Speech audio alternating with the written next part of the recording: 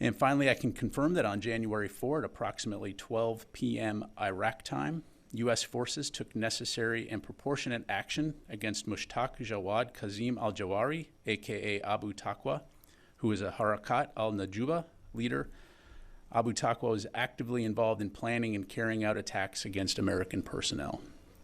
The strike also killed another Han member.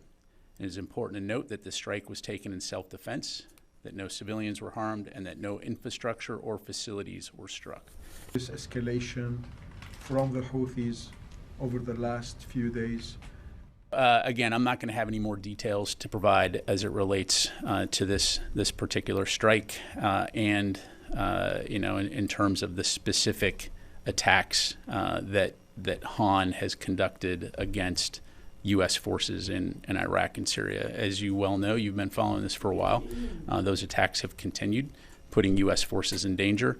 And as I just highlighted to Jennifer, we maintain the inherent right of self-defense and will continue to take necessary actions to protect our personnel.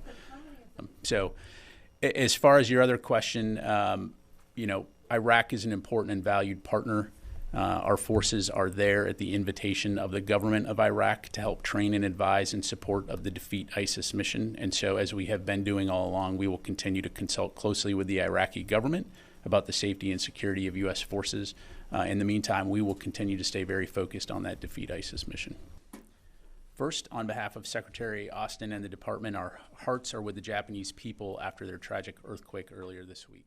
So I'm really not going to have more specifics to provide in terms of what I've read out.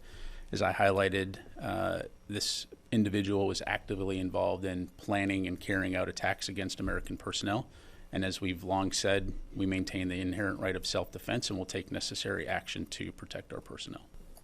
Has the Pentagon been notified or by the Iraqi government of any steps to get the U.S. forces out of Iraq? And how do you respond to his comments on actions taken by U.S. forces? Yeah, thanks, Fadi. So I'm not going to comment on the remarks of others. I'm not going to speculate about what the future may portend or get into hypotheticals. As I mentioned earlier, U.S. forces are in Iraq at the invitation of the government of Iraq to help train and advise in support of the Defeat ISIS mission.